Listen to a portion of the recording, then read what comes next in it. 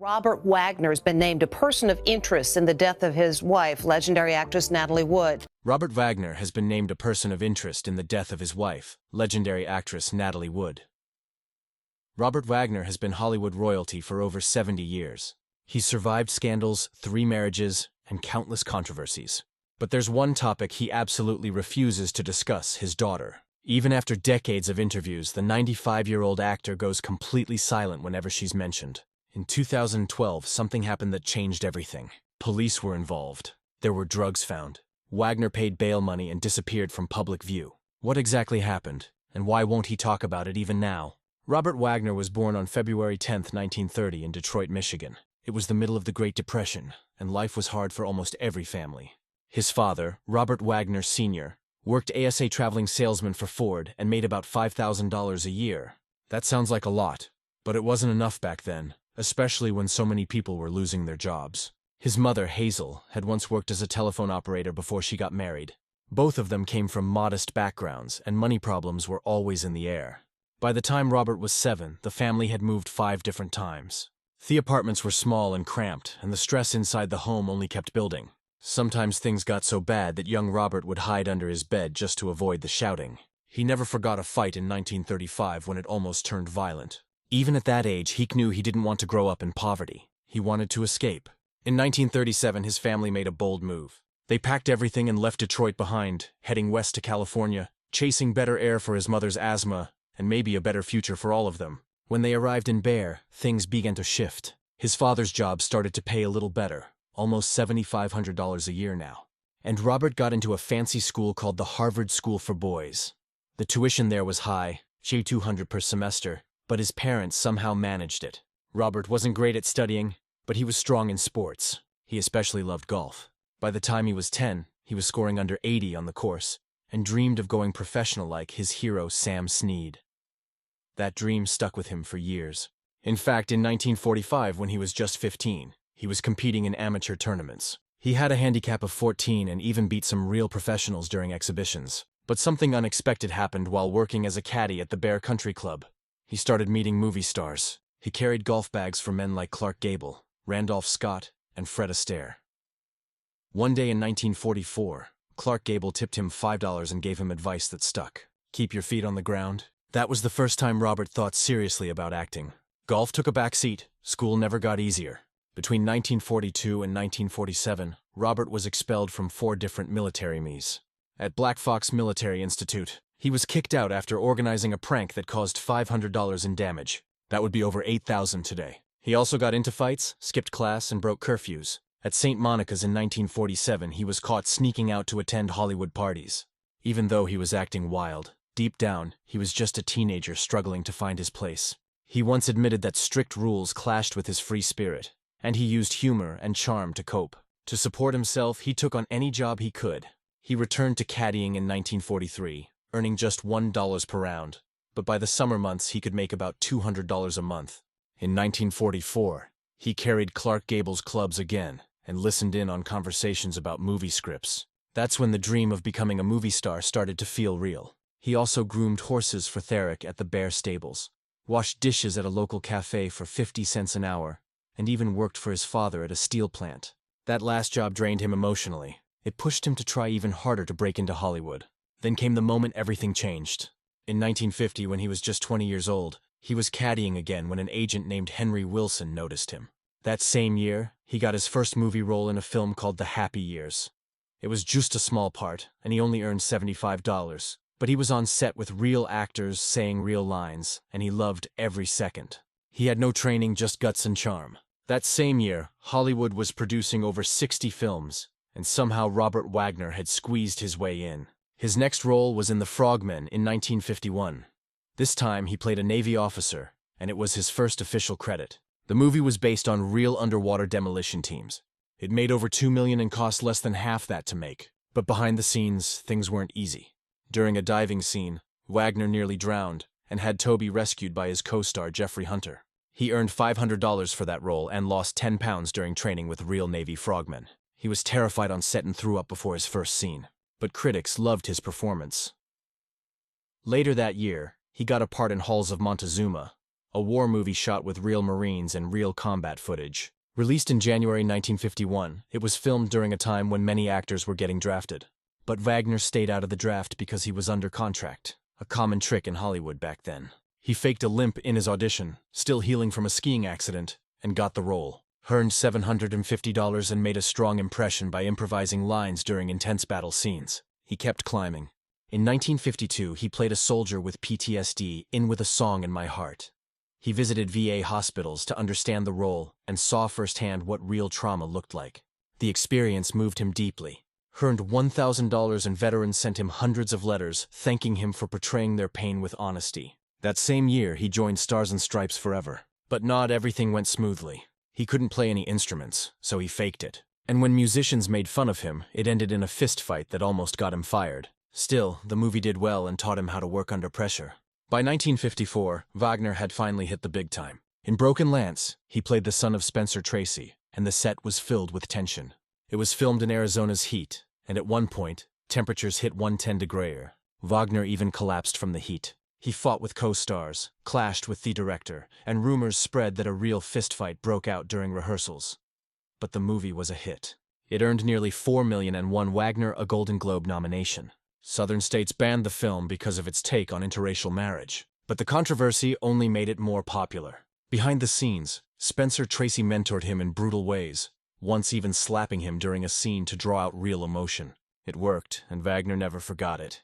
Then came A Kiss Before Dying in 1956. Wagner played a cold-blooded killer. It was nothing like anything he had done before. During one scene, his co-star Joanne Woodward fell 20 ft due to a harness failure.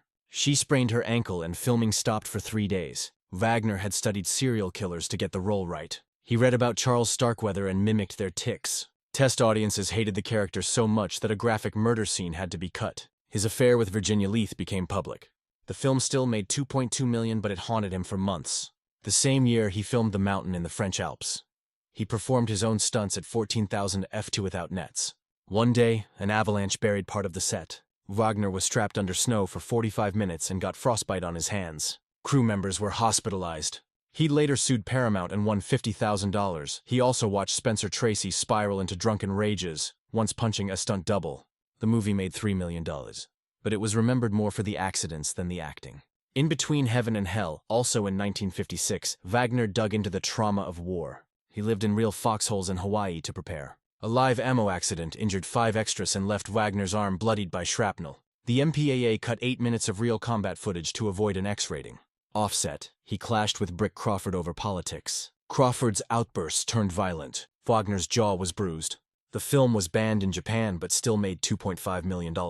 Wagner donated part of his earnings to veterans. His 1957 film, The True Story of Jesse James, brought new danger.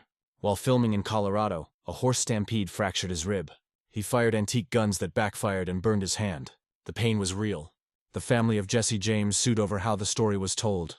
They settled out of court for $75,000. Wagner nearly lost future roles because of how well he played the outlaw. He later admitted the nightmares never really stopped. In 1960, he starred in a melodrama called All the Fine Young Cannibals, playing a brooding jazz musician named Chad Bixby. His co-star was Natalie Wood, who wasn't just playing his lover.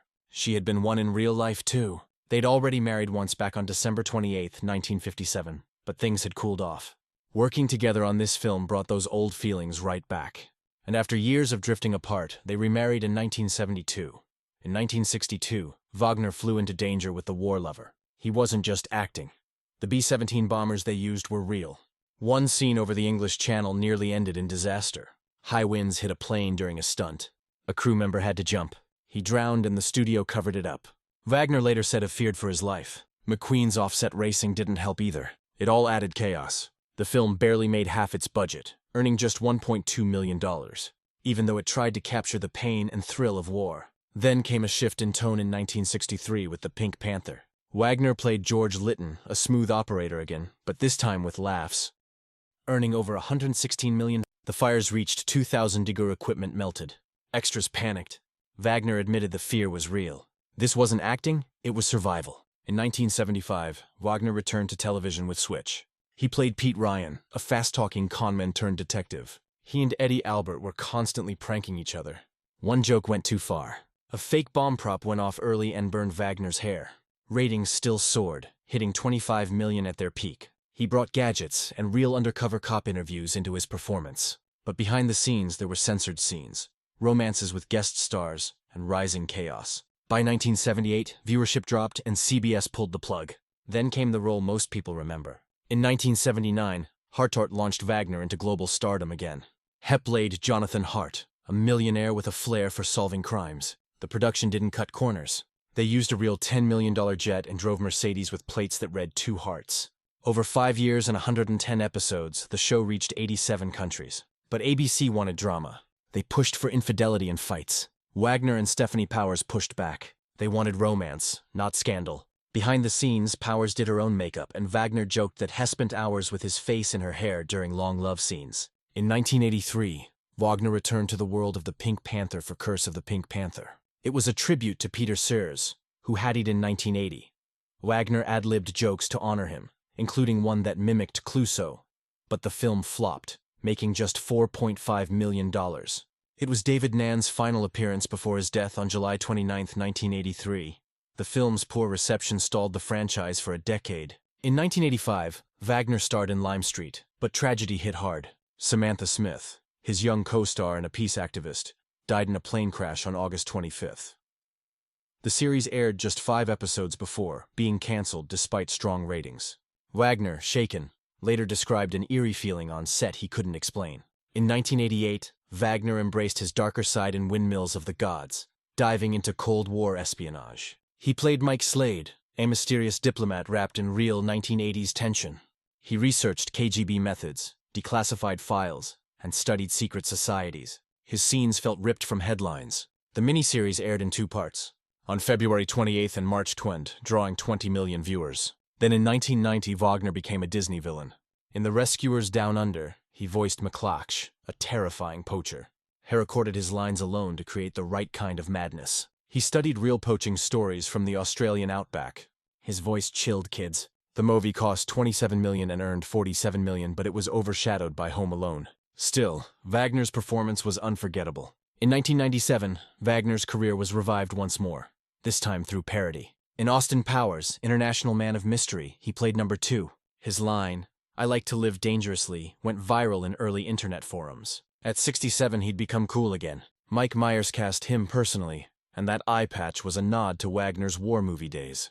By 1999, Wagner played a sleazy boxing promoter in Play It to the Bone opposite Woody Harrelson and Antonio Banderas. He shot all his scenes in just 3 days in Las Vegas. The film bombed hard, earning only $8.4 million against a $24 million budget. But Wagner, as always, made his mark. In 2002's Austin Powers and Goldmember, Wagner returned once more as number 2. He was now 72, but still sharp, improvising scenes and pushing the story forward. The film made nearly $300 million. His prop eye patch became iconic. And behind the scenes, he shared that the laser shark idea came from real endangered species lists from the 1990s. Then came NCIS. From 2010 to 2019, Wagner played Anthony Donoso Sr., a charming father figure with layers. The role was personal. He pulled from memories of his own upbringing in 1930s Detroit. He shared genuine warmth with Michael Weatherly, who played his on-screen son. Wagner was 80 when he first appeared, and by the time he wrapped up, he'd become a fan favorite once more. And even in 2020, at age 90, Robert Wagner wasn't done. He showed up in The Swing of Things, a raunchy comedy film during the co-lockdowns. He rehearsed virtually to stay safe. His scene lasted minutes, but the impact was there. He still had that spark. Meanwhile, Robert Wagner first met Natalie Wood in 1956. He was 26 and she was just 18. They fell for each other fast. On December 28, 1957, they got married in Arizona. Everyone thought they were a perfect Hollywood couple. But 5 years later, in 1962, they divorced. People said Natalie had caught Robert with another man. Their love story was shattered. But that wasn't the end. On July 16, 1972, they remarried on a yacht. They had a daughter, Courtney, born on March 9, 1974. It looked like a second chance, but then came November 29, 1981. Natalie drowned off Catalina Island. That night, there had been a fight on the boat. Robert, Natalie, and actor Christopher Walken were all there. Some said Robert was jealous. Some said he lost control. No one knows for sure what happened in those final hours. But Natalie never came back. After she died, Robert was left to raise 3 girls. Courtney was only 7. Natasha, Natalie's daughter from a previous marriage, was 11. Katie, from his second marriage, was 17.